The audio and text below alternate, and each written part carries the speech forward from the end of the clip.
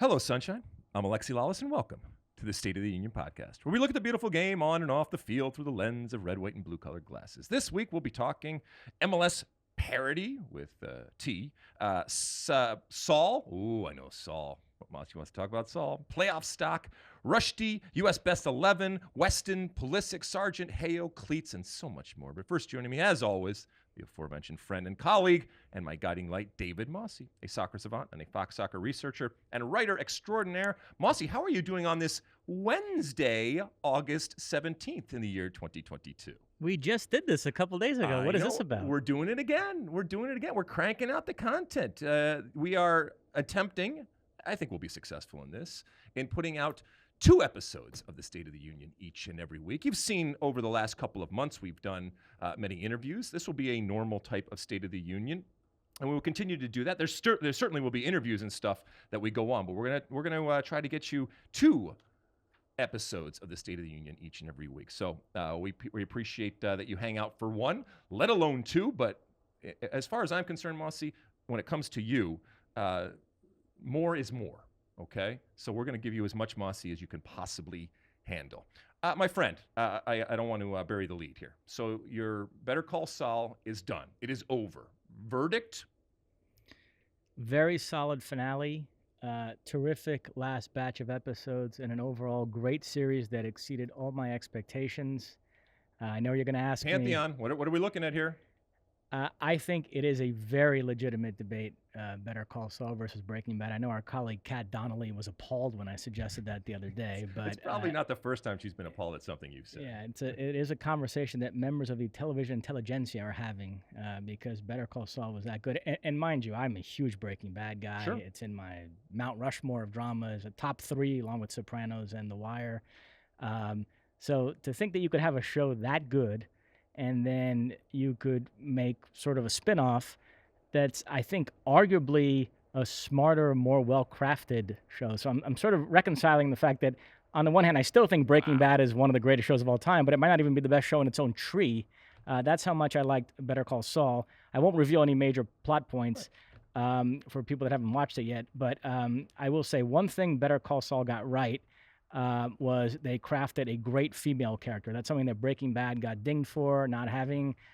Frankly, a lot of these prestige dramas haven't done right by their female characters, but for Better Call Saul, I think everybody's favorite character on the show was a female Kim Wexler. She was the one that we were most emotionally invested in at the end.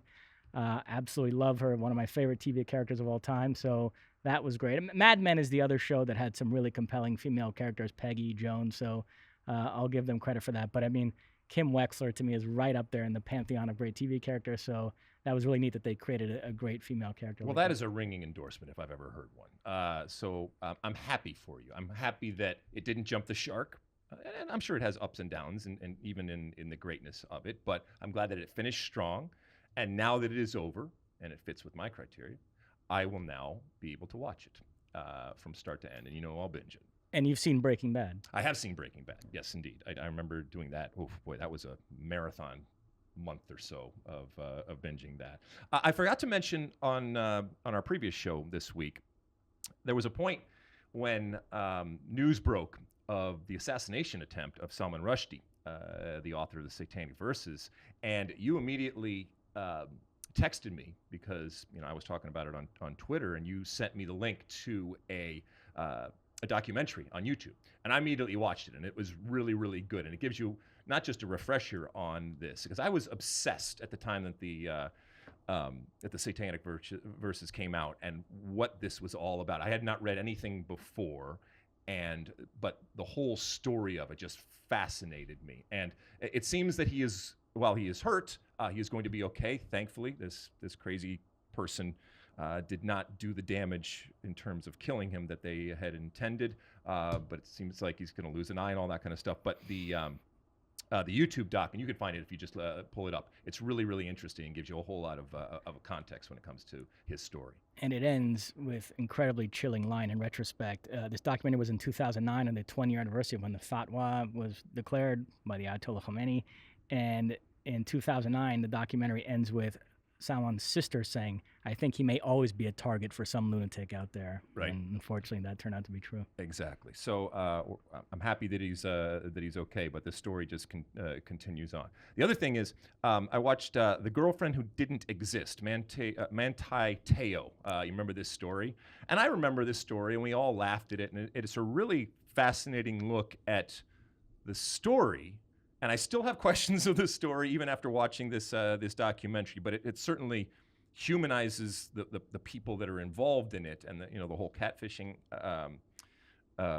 aspect of it. Is that what it's called? Yeah, catfishing. Yeah, is that what it's? Is that what it's called? Yeah. Right. I think I got it right. That whole aspect of it, and it is just, it's a bonkers type of story. And they got all of the people that were involved on camera talking about it, and it's one of those things that was all people were talking about at a certain point, and then it went away, and now coming back and revisiting it and saying, oh my God, I remember it was everywhere. It was ubiquitous in terms of this football player who fell into this crazy type of situation. So those are the two recommendations for today. My friend, are you ready to light this candle? Let's do it. All right, we're going to dive right into it because there is plenty of soccer that has happened between our first show and now our second show of the week. Where do you want to start? Well, let's circle back to some of the Monday games that we weren't able to talk about on our previous podcast, beginning with Liverpool Crystal Palace, finished 1-1 at Anfield. Zaha scored for Palace. Luis Diaz equalized with an incredible goal. But the big story here, Darwin Núñez got himself sent off for a headbutt on Anderson, the Palace defender. And the discourse here was kind of amusing because, there's a type of Premier League pundit that thinks everything that happens in the Premier League is unique, including mental warfare. And so they were acting like, oh, Darwin Núñez has to adjust to something that he's probably never faced anywhere else. Defenders goading him in that way. And meanwhile, others were pointing out this guy is Uruguayan. He played South American football. He's played in Spain, played in Portugal, played in the Champions League. So, listen, he had a moment of madness, but I don't think it's because the concept of a defender trying to goad him was new to him, but he reacted the way he did.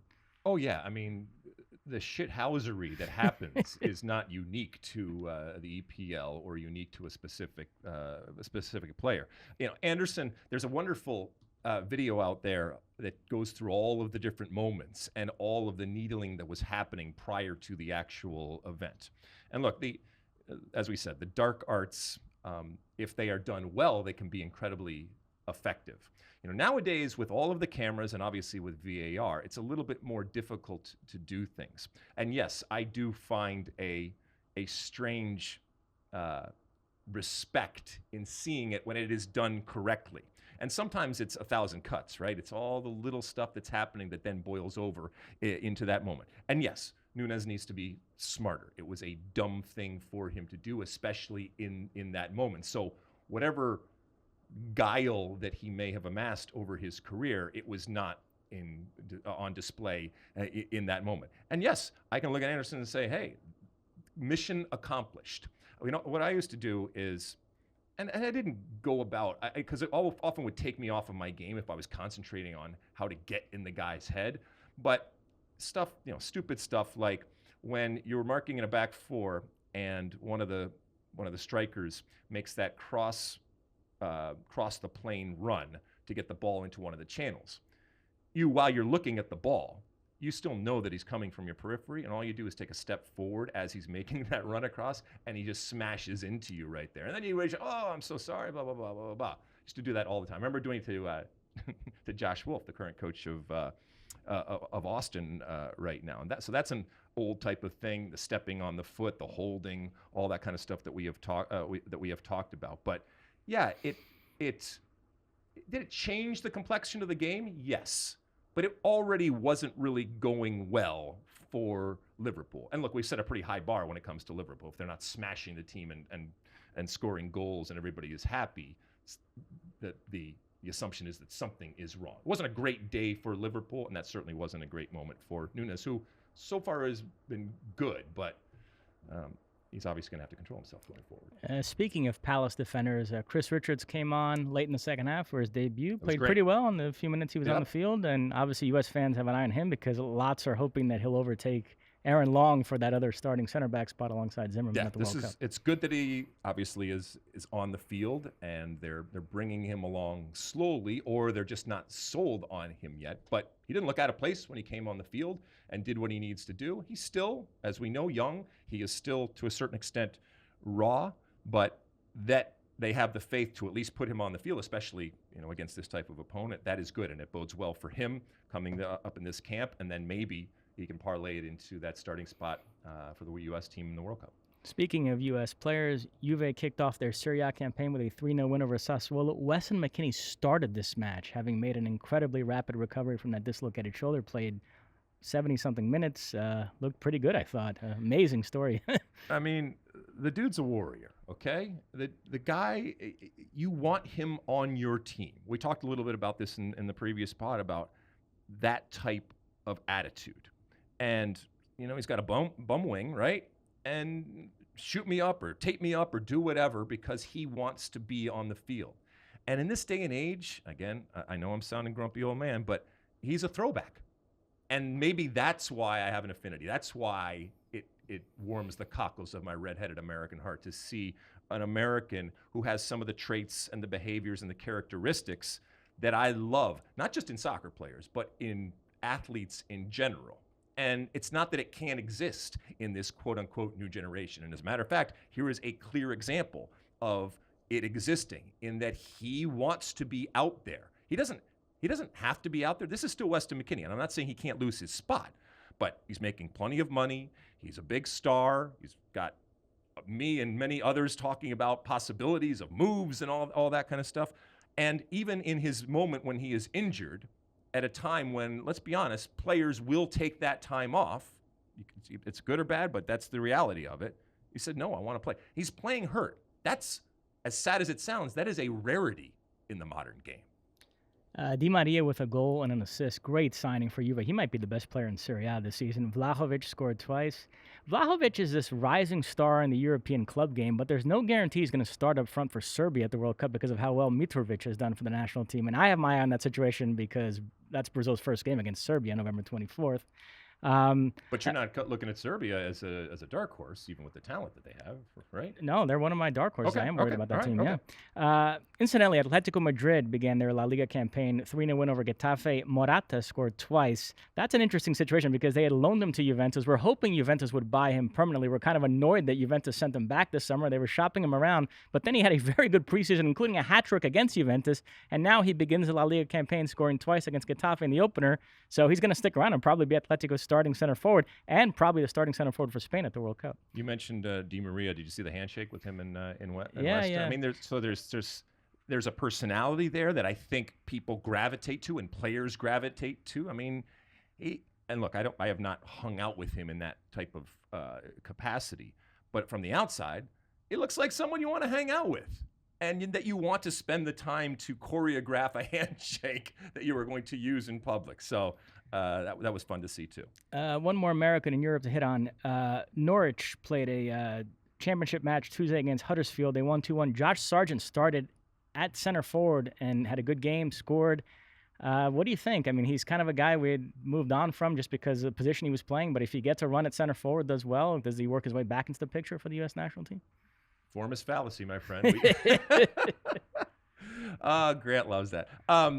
Yeah, I mean, it was good, and to see him in that, first off, playing that position was good, and then doing what you want in some of that position is good. He also, he also was involved in play, assisting and doing that kind of stuff. So that's a good thing. But I don't think that Greg Berhalter, while he's happy that this is happening to him, I don't think a light has clicked on and, oh my goodness, Josh Sargent is now the starter for the U.S. men's national team.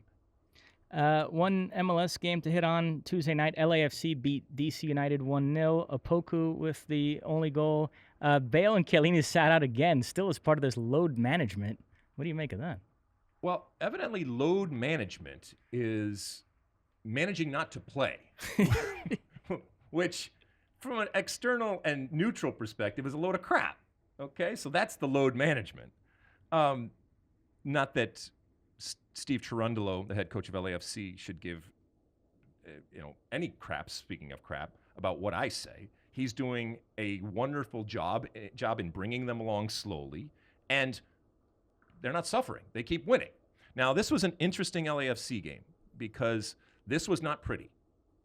And I actually was driving into work, and I talked to Matt Doyle. I was having a conversation with him. I know you know Matt Doyle over there from Major League Soccer, and he was really interesting in the way that he juxtaposed, the LAFC of a few years ago, which was historically good, and not only historically good, but historically beautiful in the way that they played.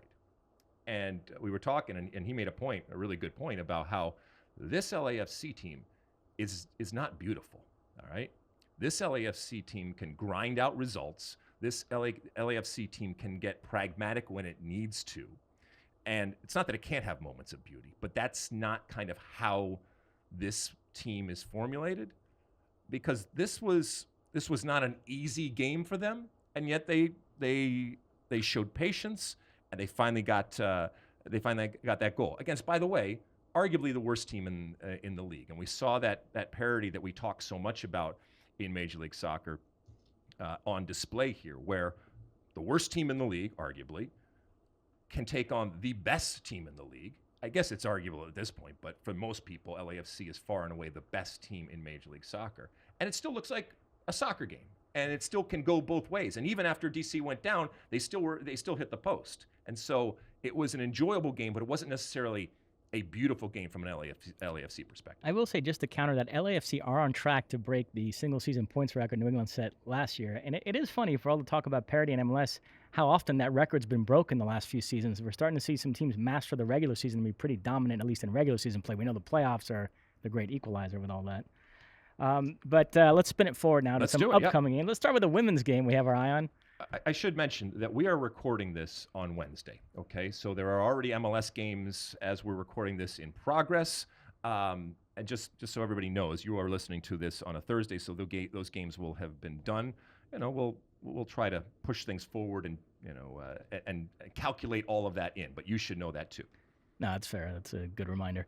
Let's start with the women's game. You recently interviewed Heather O'Reilly in the pod. She came out of retirement to play in the Women's Champions League, and she's going to feature for Shelbourne FC against Slovenian opposition. I won't even try to pronounce the Pomurji from Slovenia. Yeah. So a reminder, had a really interesting and cool interview with the great Heather O'Reilly as she came out of retirement to kind of check this Champions League box. And this is the moment that she came out of retirement for. Tomorrow, by the time you're listening to this, the game will be over. She and her Shelbourne FC team will have faced this Slovenia team, and if she gets on the field, she will have checked that box of playing in Champions League. Now, obviously, she wants to go farther and continue on, but I just think it's a fascinating and wonderful story. And if anybody out there is poo-pooing her efforts, I don't know how you could possibly do it, but if you are, then you have no joy in your life, and you should see somebody about that. Alrighty. So some games we're looking forward to Friday, Saturday. Did you see she took a shot at Ronaldo? Yes, that was pretty funny. Yeah, she's at 37. I'm playing in the Champions League, and Ronaldo is not. Oh, That's wow. classic Heather O'Reilly. She's just coming from the top rung. Bam. Beautiful. Yep. So some games we're looking forward to at the weekend. We begin Friday night, MLS. Massive game with playoff implications in the West. The Galaxy facing the Sounders. Galaxy coming off that this past weekend had a nice 5-2 win over Vancouver. Grand Sears scoring twice. Seattle, we know, had that loss to RSL. We know those two teams, among the very many clubs battling for those last playoff spots, absolutely huge, yeah? This is a classic type of matchup, and it comes at a time when both of these teams are desperate for points, in particular the Sounders, and yet over the course of history, the Sounders have actually had the Galaxy's number, so I don't think in any way the Sounders fear the Galaxy. And we're going to talk a little bit more about this musical chairs type of situation that's coming with the playoffs. But the reality is that right now, if you are one of these teams in that middle section, you get 2 or 3 wins in a row, and you can very, very quickly completely change the perception of who you are as a team, and obviously your fortunes relative to the playoffs. So it would not surprise me in the least, even with the struggles that the Sounders are having, if they came into Dignity Health on Friday night and beat the Galaxy and beat them handily. Also, I'm not talking long-term injuries, but for the first time, I think we're going to have a Sounders team that, for the most part, is healthy. And I know they have big losses with João Paulo and Obed Vargas and stuff like that, but they are going to have their full team, if you will, going against the Galaxy, and it's going to be fun. We don't know if how are we pronouncing it? The new guy from Barcelona. I pronounce it Pooch? Ricky Puig, but I've heard vastly different pronunciations. Pooch. Puig. I mean, but yeah, he could make his debut. Absolutely. Yeah. So that's a big story as well. Yep. Saturday, I love this game. Minnesota facing Austin. You have this clash of Argentinian playmakers with Reynoso and Driussi, which we get a lot of that MLS because there are certainly a lot of great Argentinian playmakers, from Sebastian Blanco, Lucas Alarayan, Luciano Acosta, Maxi Morales still, even Thiago Almada. And we get one with two of the best here. Let me ask you something. Do you think that MLS in particular is a league that enables and maybe celebrates, maybe in almost a throwback way, that type of position that we're talking about, much more so than the rest of the world? Absolutely. I've made that point on this podcast. The number 10 seems to be dying out. That traditional Right. number 10 seems to be dying out everywhere else, but it's alive and well in MLS. You still have these classic. But it's interesting that those players still exist, though, even though they're dying out maybe in terms of their abilities and their places around the world. It's still a position that from a young age they are cultivating in terms of development there. So it hasn't been completely phased out as an actual position to play. But like you say, I think it adds just an element of intrigue and excitement and entertainment when both of them have these types of playmakers that can do magic in moments, and they're going to come up against very, very different types of teams. Although both of them, I think at times can get really stretched, and maybe that's a good thing for the neutral, maybe not for the coaches. But yeah, to your point, 8:00 Eastern, Minnesota hosting Austin. 2 games with massive Eastern Conference playoff implications, and we'll get into that more, as you mentioned, in our next segment, the playoff stock watch. But Inter Miami facing Toronto, who have had this infusion of Italian talent in Insigne and Bernardeschi, and then the Red Bulls taking on Cincinnati. Yeah, I mean, in particular, Miami versus Toronto, because these are both teams on the ascendancy, and I want to believe that Miami is legit. I'm still not convinced. I do believe that Toronto is legit. I just worry that they're going to run out of time ultimately. I mean, let's be honest. If we started the season right now with what Toronto is, the perception of Toronto would be completely different. And yet they dug themselves a hole. But we look at it with the additions that they have that have fundamentally changed the dynamic of that entire team for the better. So that's going to be fun. If Miami comes out of that with a win, then I will absolutely say that they are justified in terms of saying that they're legit. Cincinnati is another chance for Brandon Vasquez to impress. I know you and Grant Wall carried your feud over onto Twitter after you addressed his comments on this podcast. So. We are efforting, I think, as they say, to get Brandon Vasquez on the State of the Union. I think we'll be successful in doing that. That should be something that we can do. And it'll be fun to talk to him, if we get him on, about what's going on from a club perspective, because he's on fire, and then obviously spinning it forward to potential national team going forward. As far as the Premier League this weekend, Saturday, Arsenal away to Bournemouth. Arsenal looking to make it 3 wins out of 3 to start the season.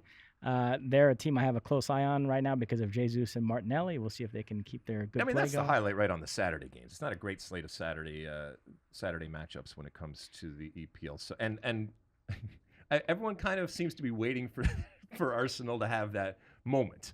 And people also seem to be incredulous that they can't have that moment, and they haven't had it yet. And so everyone's saying, well, I don't quite want to believe that this is an actual legit Arsenal team that is living up to some of the past greatness that we have had. But, 5 straight wins in 2020, and they're looking to go 3 straight here in 2022.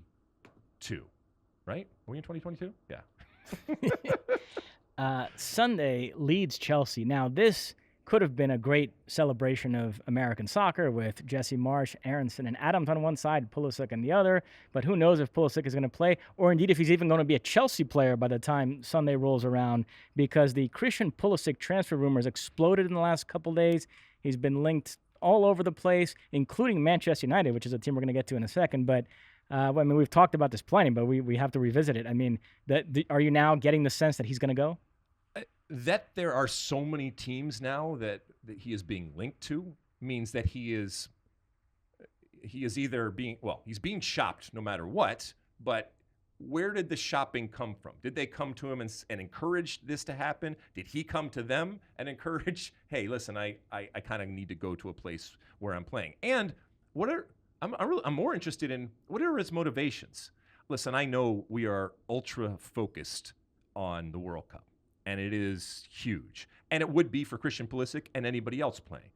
But the circus is going to come and go, and you are going to be left with a career. And so these decisions that players are making, if they're short-term, okay. And a loan certainly can be short-term.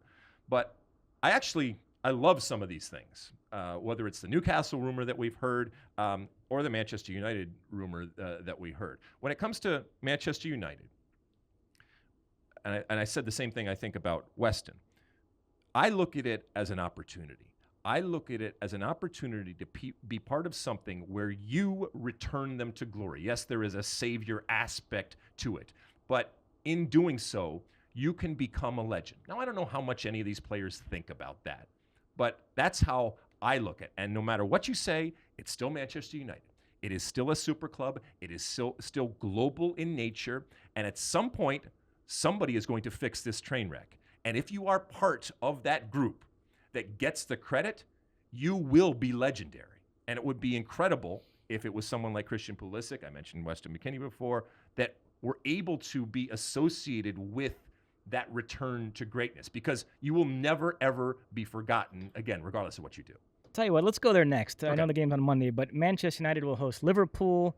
The fans are planning a big protest of what they call the vile ownership of the Glazers.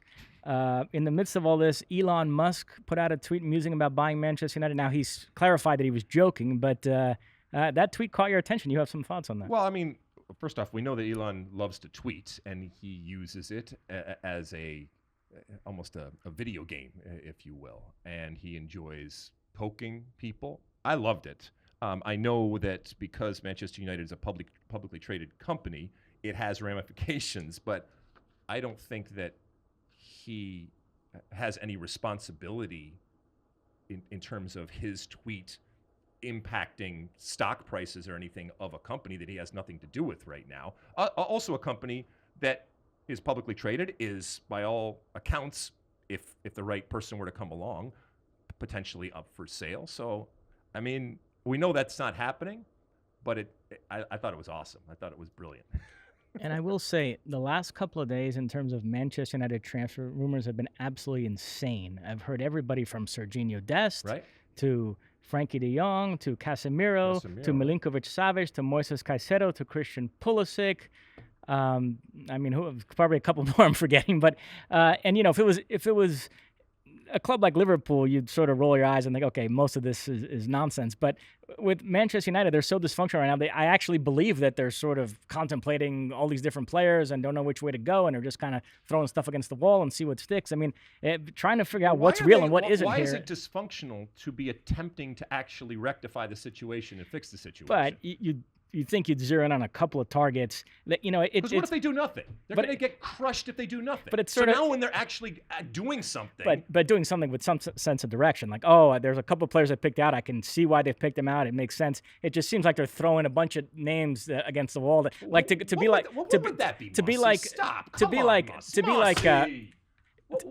like okay, our first choice was Rabiot, and if we can't get him, then our fallback is Casemiro. That seems very odd. They're two very different types of players. The different, you know what I mean? There's not sort of like, oh, I could see you wanted this guy, you couldn't get him, so you went for a guy with a very similar profile. So I could see the type of player you're targeting. They're just kind of throwing out big names that one guy has nothing to do with the other. I don't. You don't agree? I don't see it like that. I don't see it like that. I think they're damned if they do, damned if they don't. And that doesn't absolve them from the responsibility. Ultimately, whatever train wreck it is of their creation. But if they go and try to fix it with not a great track record, understandably, and I totally get that and respect that.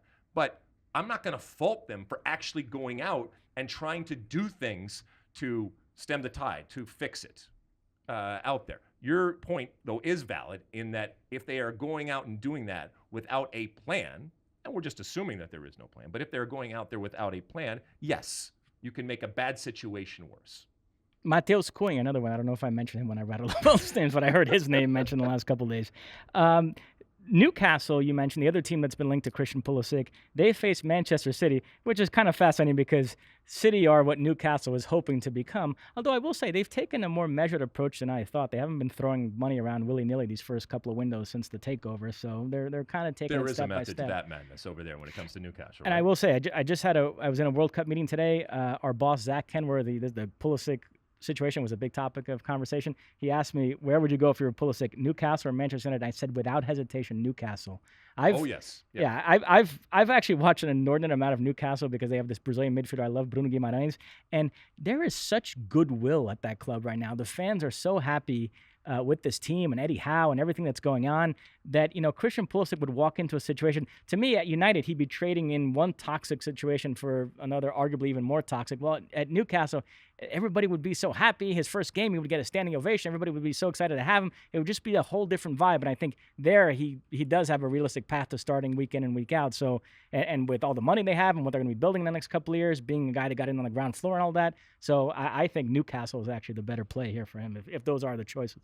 So in this process, when it comes to Newcastle, we know they certainly are not where they want to be yet. But relative to a game against Man City, with what Man City is, any chance of them coming out with points there? No, they can make it interesting, but I see City picking up all 3 points. You mentioned the Leeds Chelsea game with Jesse Marsh and company in America and all that kind of stuff. Any chance against this Chelsea team for Leeds? Oh, absolutely. Okay. Yeah, I think they could get a result there. You do. Two non-Premier League games that have our attention. Barcelona away to Real Sociedad. Barcelona looking to bounce back from a disappointing La Liga opener held to a 0-0 draw at home by Rayo Vallecano. Sociedad beat Cadiz in their opener. I'm expecting Jules Koundé to be available. He's the last of those signings that they weren't able to register, but now they've had a few extra days, so I think they'll get that done. Barcelona's got sort of a bullseye on their back because everybody's been put off by what they did this summer, so it's going to be interesting to see if they can, they went into this season with a lot of good feeling as far as their own fans, and they were let down by that opener. We'll see if they can get a victory here. They're put off because they went and signed players, or just with all the drama about signing players? Yeah, people just struggle to reconcile. We've talked about it, how a club with no money can... I get it, but again, what... we scream and yell to do something. And then when people actually do something, we scream and yell that they are doing something, not in the way that we want it to be done. All right, I get it. Anyway, what's next? Lille home to PSG in Ligue 1. I'll give you like the nerdy hipster storyline here. Lille won the league 2 seasons ago. Their manager was Christophe Galtier, and the architect of that team was Luis Campos. Both of them are now at PSG. Galtier is the manager, Campos is the sporting director, so that's kind of interesting. Timmy Weah, unfortunately, he's been sidelined with a foot injury and is unlikely to play in this one.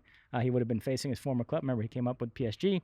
But okay, the soap opera aspect of this, which is what everybody's interested in, is the Neymar-Mbappe dynamic, particularly if PSG earn a penalty in this game. Everybody's going to be watching and see who takes it and what the body language is of the guy who doesn't take it. They had a meeting this week with the two of them.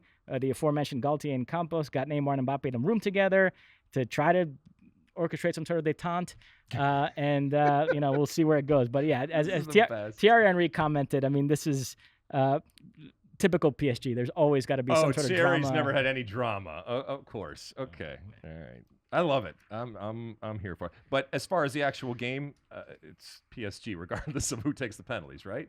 Against Lille? You would think. Yeah, you would think. All right. Anything else, Mosse? That's it. All right. We're going to take a quick break. When we come back, we're going to do a little MLS playoff stock watch. Don't go anywhere.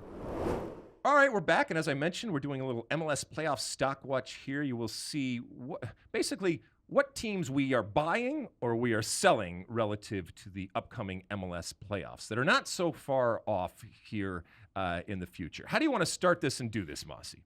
Columbus, I'm super high on them. They're a definite buy for me. That 1-2 punch of Cucho and Villarreal is one of the best things going in the league right now. Yep, and they stay healthy. Yes, that's a buy for me too. Orlando, I'm actually going to sell here. I don't love the way they've played. Now, I do think, with apologies to Todd Donovan, they're going to win U.S. Open Cup by beating Sacramento Republic in the final. So they're going to get maybe a kick on from a. Yeah, so they're going to have something to salvage this season. But I don't know. I have a feeling that they're going to finish on the outside looking in here as far as the playoffs. You do. I am going to buy. Not a hard buy, but a buy. And listen, your portfolio has to diversify, right? So you have to have different things that you're doing. I'm not saying that I'm 100% sure, not even close to 100% sure, but I am going to believe that Oscar Pereira is heading in the right direction and is only going to get better as we get closer and closer to this line. So I am, unlike you, I am going to buy. You're not buying Orlando. Got it. Okay. So this might be where the deviation comes because I am buying Inter Miami. I like the way they've played. The Pozuelo pickup, Higuain looking motivated again. Yeah, I'm gonna sell. I'm gonna sell. So that's probably where we differ. Yes. Because I think we're both buying New England. No. Oh, really? Interesting. I'm not buying. Boy, I like the way they've played. They've won their last 2. They haven't conceded a goal in their last 4. And if you look at their record since they dropped out of CCL in stunning fashion against Pumas, mind you. It's actually not bad, so it's a playoff level record. So yeah, I think Bruce Arena gets him over the line. New England makes the playoff. I think that this is not a healthy, not physically, but just healthy team, and I think that this is a team that is going to stumble. And yeah, I'm not buying it. So I'm selling New England. This version of New England. So mind you only have 6 in right now, so you're going to have to buy either Cincinnati, Chicago, or Toronto coming up the rear. Yes, okay. I forgot that you're big on Toronto. So I mean you're selling Cincinnati, which I am as well. I love to watch that team. There's so much fun with Acosta, Brenner, and Vasquez, but they're too flaky. They blow leads, and they for Cincinnati. Yeah, it's It's hit and miss with them. Yeah. Too much so. Yeah, but I am buying. So neither of us are buying Cincinnati ultimately, but it's still going to be considered a successful year for Cincinnati, even if they don't make the playoffs, given where they came from. But yeah, I think they're going to run out of steam when they get to the the final lap, if you will, here for a playoff thing. But I am buying Toronto. You buying Toronto? Well, it's close, man. It's gonna be real close. I don't have room for them right now, so I'd have to change my mind. I think about Inter Miami. So I guess it's because New England is a strong buy for me. So it's between Inter and Miami and Toronto for the last. New England's a strong buy for you. I mean, even though I'm so bullish on this Toronto, they still got to make up that space, and everything's going to change. And again, just as a reminder, between 5th place, which is Columbus at 34 points, and 12th place, which is Atlanta, it's 4 points. So this is nuts. I mentioned that I had talked to my friend Matt Doyle over there at Major League Soccer, and by the way, I talked to my friend Mark Connolly, who I worked with at ESPN. He does a lot of stuff. He's actually kind of your counterpart over at ESPN, and both of them at one point just kind of threw their hands up and said, this is so MLS in that it is so difficult to predict what is going to happen and this parity. But they also both were right in mentioning that, and I said it a little earlier, you win 3 games in a row, which is completely, every single team that we have mentioned, whether I bought or sold them or you too, it's still, nothing would surprise us in any of these teams going on a 3-game run, which completely changes your fortunes and changes your perspective out there. Okay, who do you want to go to now?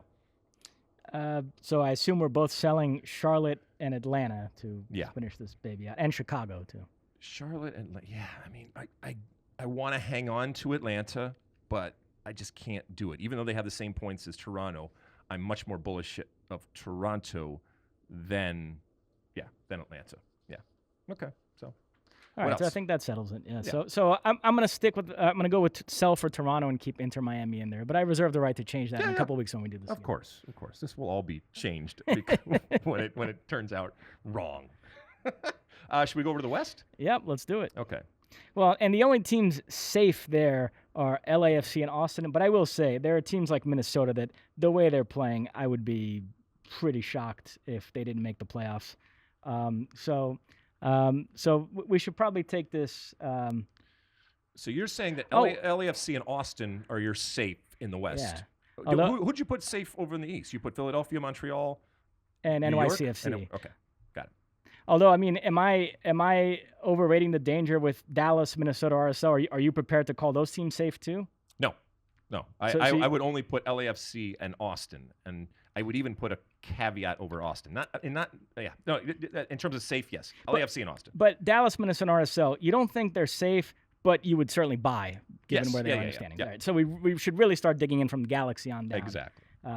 So we're going to look at 6 through 11. Okay, but so first off, I mean, LAFC right now is the cream of the crop. They are the super club. And let's be honest, the only super club in Major League Soccer right now.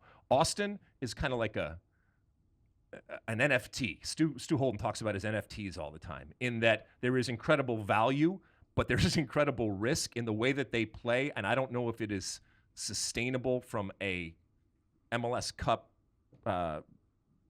perspective, but they're definitely making it.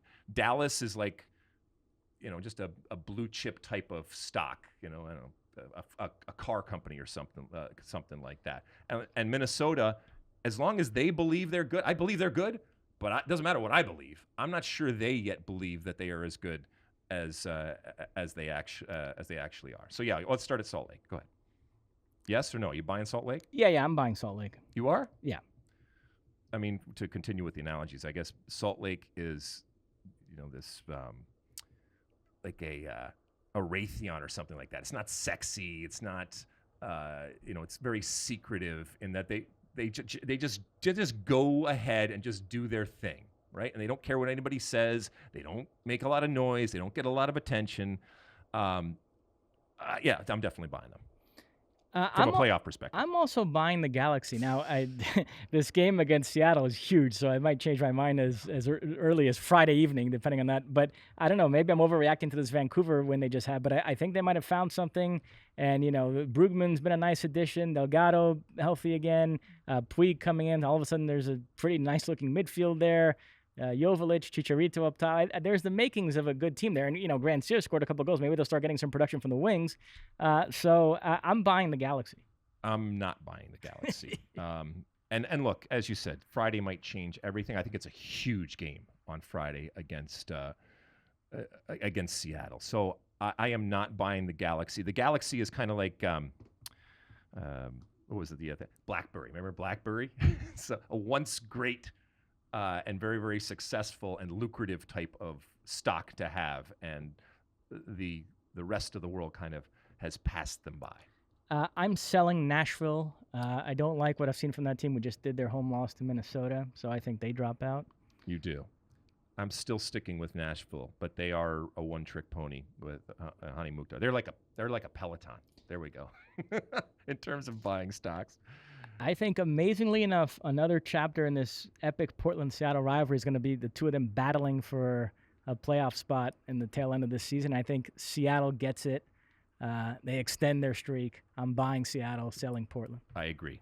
I completely agree. Now, keep in mind that Seattle their next game is against Portland, so they got an interesting couple of weeks coming up here.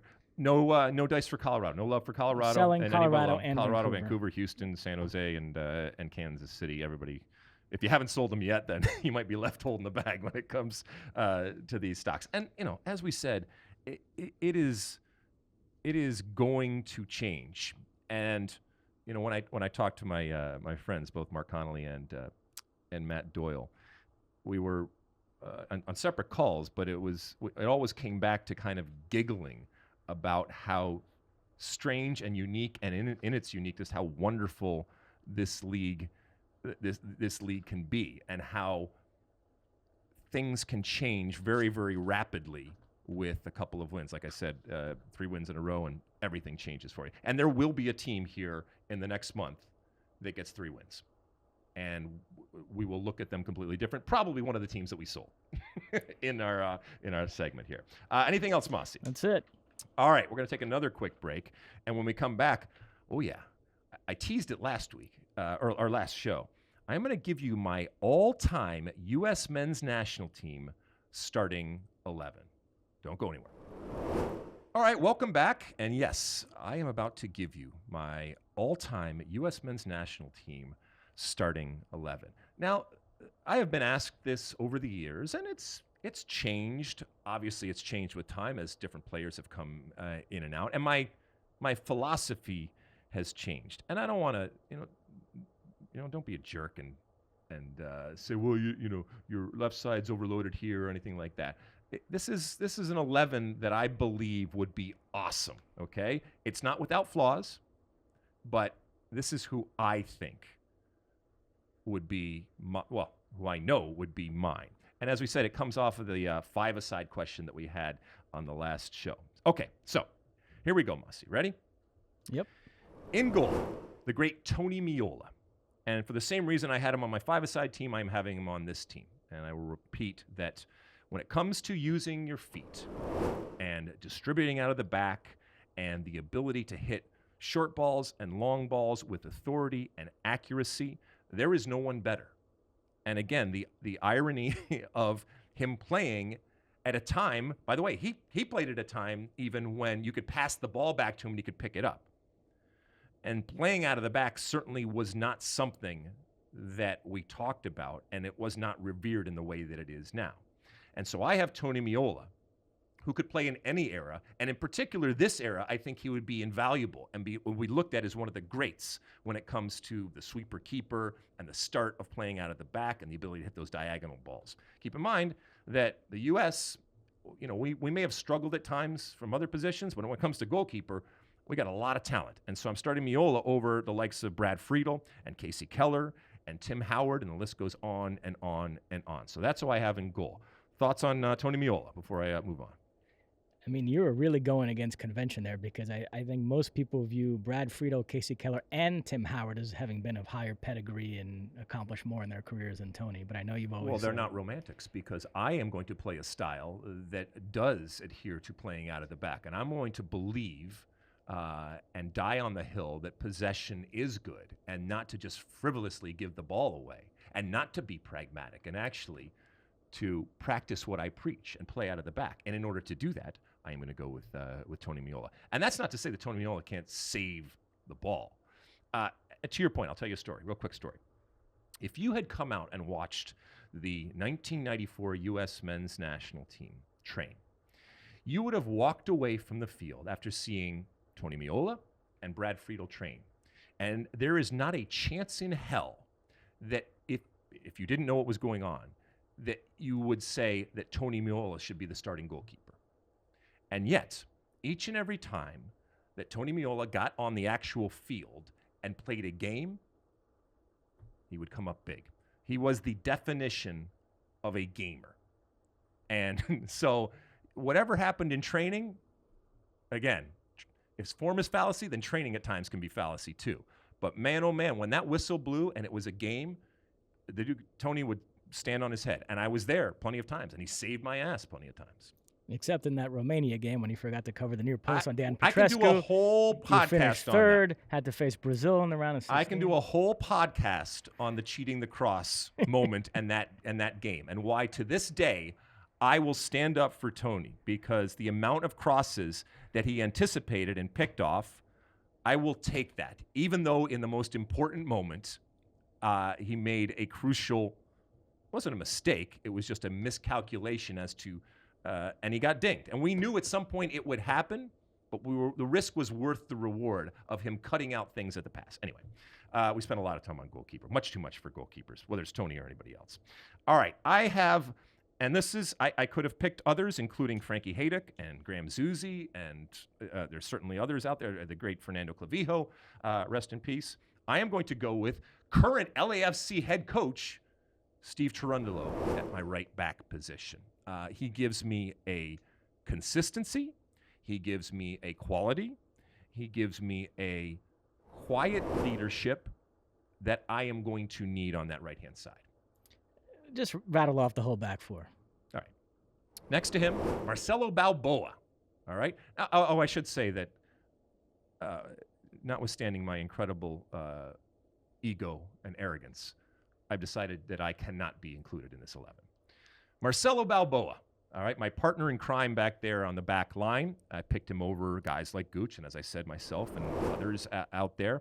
I'll have him on the right-hand side in all his glory and all his hair. The man was incredibly gifted and skilled, but he was a killer.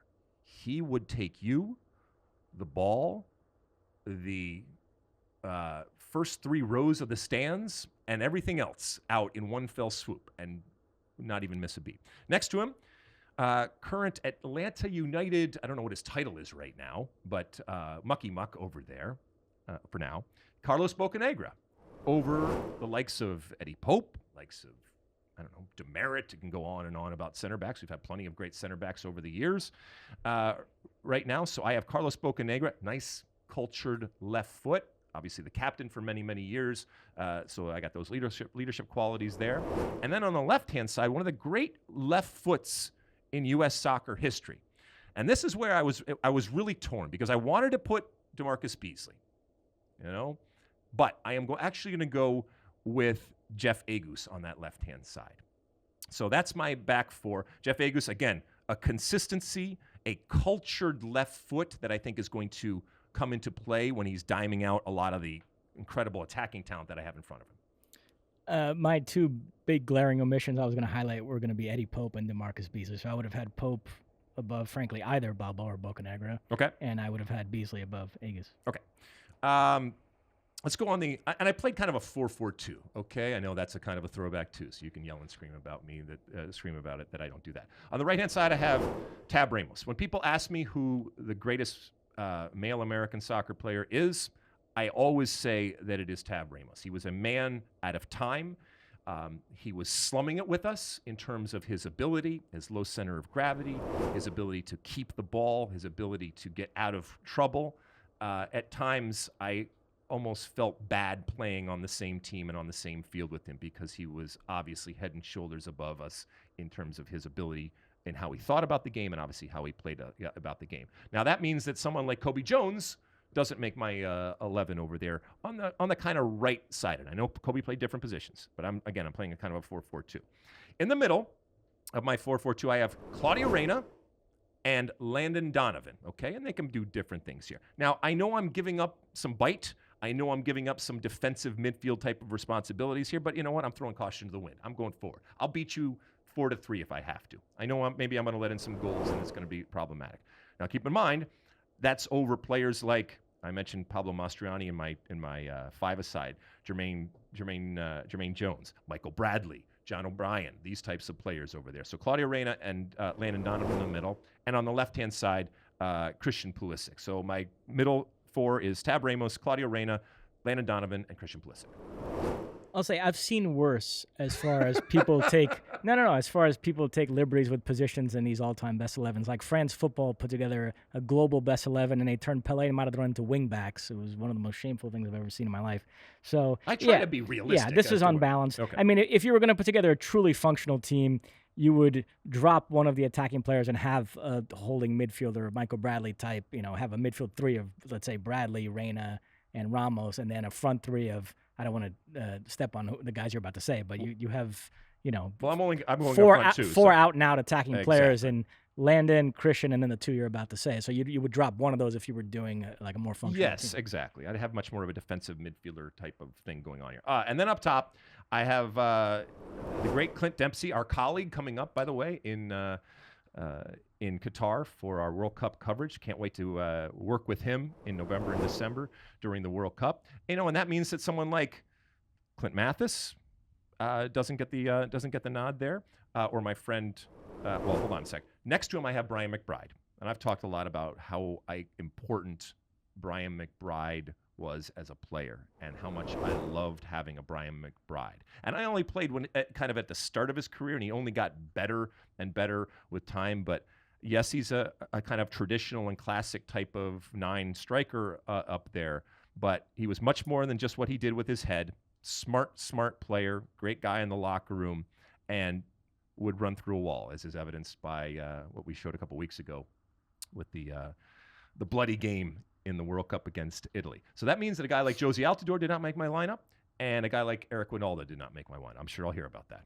Well, you'd have to have Eric Winalda as a left-sided midfielder because to hear him tell it, that's where he played half his games. Yeah, he did. He did play out there. So either way, he doesn't make it, either as a striker or he's second fiddle to Christian Pulisic. That should really, really excite him. All right. Anything else you want to say about that? No. I think, like I said, just Pope and Beasley are the two names I would exactly. And look, you'd be fine with Pope, Beasley, others out there. So there could be a lot of changes. I got to make a choice at some point. And I know, while I'm kind of front loading a lot of creative talent, I'm also in the back kind of going with much more consistency, because like a guy like Beasley, who could just do incredible things and get up and down and do different things. He brings a whole lot to the table there, but maybe I'm being a little boring, and maybe I'm being a little pragmatic when it comes to some of those decisions in the back there. All right. We got more than we bargained for with that segment. I don't know if we're going to get a Hall of Fame induction speech for each guy, but that's pretty much what we get. All right, we're going to take another quick break, and we're going to come back with my one for the road, because we're almost at the end of this show. So don't go anywhere. All right, we're back, and we're going to wrap it up here with my one for the road. The Ask Alexi questions, and thank you so much for continuing to send them through. We're gonna shift those to the next show. There were some here, but like I said, we don't want to keep you here forever, and so we kind of want to wrap this thing up. But I want to remind you, as I've mentioned now numerous times, we do have our new handles when it comes to all of the social media platforms out there, your Twitters and your Instagrams and your TikToks, and that's SOTU with Alexi. That's at SOTU with Alexi. We really appreciate if you follow them out there. As I said, you will get exclusive content, and it's specific to the State of the Union out there. And of course, we have our State of the Union podcast hotline at 657-549-2297. That's 657-549-2297. All right, my one for the road, Mosse. I was on the old Twitter machine yesterday, and people were asking me about some shoes, right? Now, I call them cleats. What do you call them? You call them boots, or do you call them cleats? No, cleats. Cleats? Okay. Because there's some, snobs out there that, don't want you calling it cleats. I grew up calling them my soccer cleats, okay?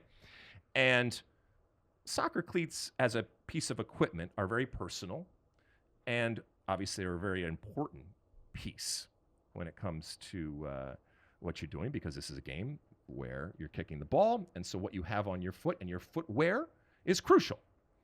And I have worn every different type of brand. My first pair of cleats ever, I'll never forget, my mom took me to the sporting goods store, if you will, and we bought a pair of Spalding soccer cleats, and I wore them with pride.